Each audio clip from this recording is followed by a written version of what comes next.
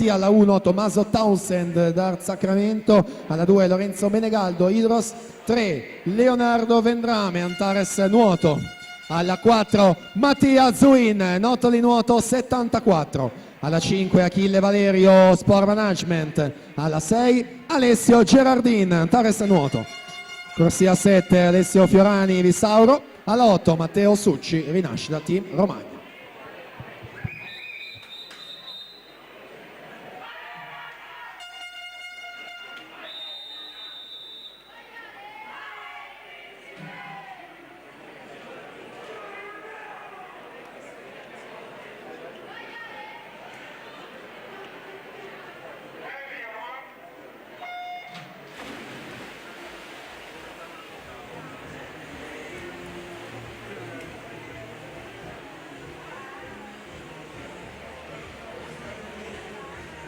Mattia Zuin, quindi ritroviamo in corsia centrale, abbiamo detto, e anche nel corso delle batterie di questa mattina, specialista tra tutte le gare dei 200 stile libero, poi insomma nuota al meglio anche i 400 e i 100, ma a livello giovanile, la categoria ragazzi e junior, nuotava anche questa gara dei 200 farfalla, vincendo in più occasioni il titolo ai Criteria di Riccione. Zuin detiene anche il record di questa manifestazione del 2017, 1,58 e 91.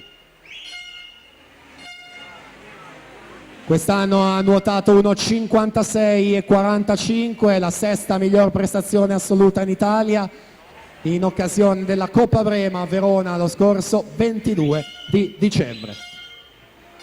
55,61 per lui, Menegaldo 57,70, quindi Girardin 57,85.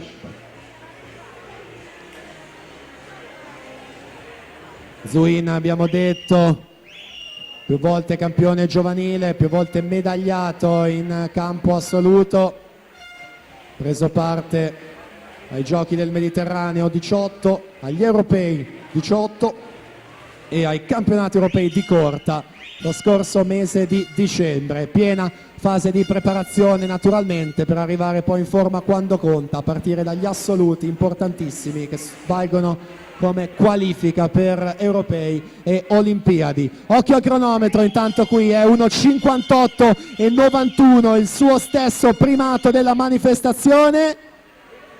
1,57,64, quindi record della manifestazione assoluto e vittoria dei 200 farfalla maschili. Ale Girardin secondo 2,1,38, Lorenzo Menegaldo terzo 2,2,36.